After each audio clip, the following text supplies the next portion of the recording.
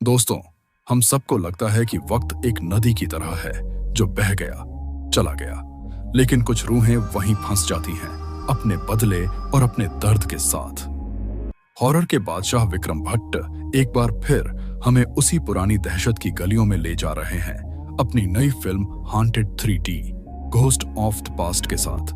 मिमोह चक्रवर्ती का एक नया अवतार और चेतना पांडे की बेहतरीन एक्टिंग के साथ यह फिल्म 6 फरवरी 2026 को आपके होश उड़ाने आ रही है, आपके नजदीकी सिनेमा घरों में। सुनिए आज की कहानी जो शायद आपकी नींद उड़ा दे। ईशान और सिया दोनों रांची शहर में करीब 5 सालों से रहते थे।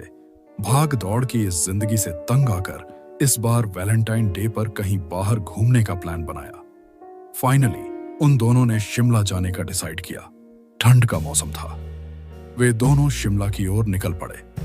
रास्ता पूरा जंगल से भरा हुआ था और एकदम सुनसान। सिया ने मोबाइल चेक किया, उसमें एक भी नेटवर्क नहीं था। उसने सोचा शायद जंगल की वजह से नहीं है। वे दोनों रास्ते में जा ही रहे थे, तभी सड़क के किनारे एक बूढ़ा बैठा हुआ दिखा। उसने हाथ आगे करके उन्हें रुकने को कहा। ईशान ने गाड़ी रोक दी। उस बूढ़े ने ईशान को देखा तो बोला, बेटा, मैंने तुमको पहले कहीं देखा है। ईशान बोला, अरे अंकल, देखा होगा कहीं। एक शक्ल के साथ इंसान इस दुनिया में होते हैं।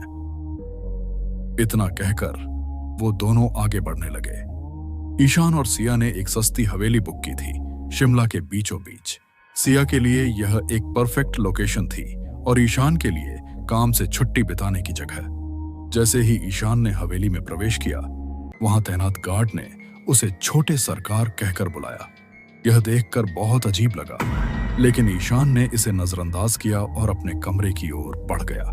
जैसे ही वे दोनों कमरे में प्रवेश किए, दीवार पर लगी घड़ी अपने आप नीचे गिर गई। ईशान ने सोचा, यह क्या हो रहा है मेरे साथ? पहले उस गार्ड का अजीब बिहेव और अब कमरे में अजीब अजीब घटनाएं। उसने खिड़की में झांका।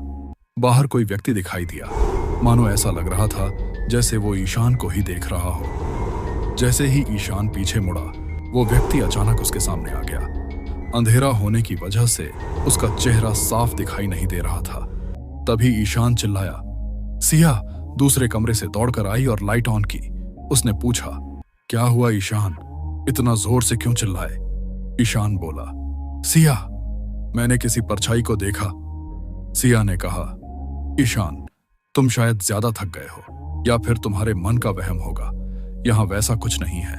चलो, मैं तुम्हारे लिए जल्दी से डिनर लगा देती हूं। जैसे ही सिया किचन की तरफ गई, ईशान को फिर से लगा जैसे कोई उसे देख रहा हो। जैसे ही वह पीछे मुड़ा, उसे देखकर वह दंग रह गया। बिल्कुल ईशान की तरह वो व्यक्ति दिख रहा था। स्किन पर कट के निशान, आंखों के नीचे काले धब्बे, मानो जैसे सालों से दफनाया गया हो।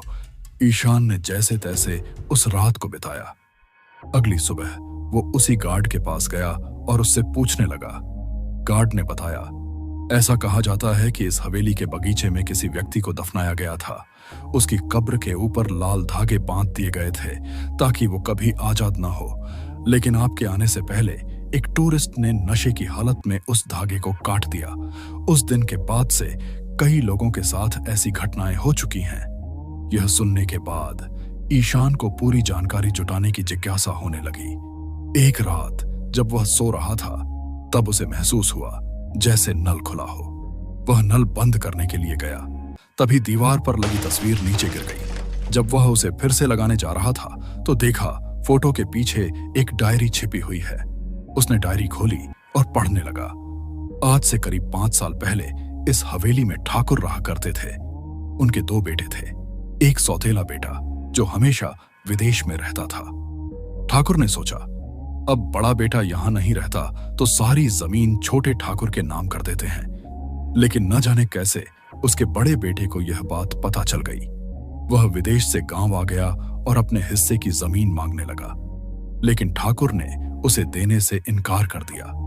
यह सुनकर बड़े बेटे को गुस्सा आ गया। उसने अपने पिता और छोटे भाई की हत्या कर दी और उन्हें बगीचे में दफना दिया।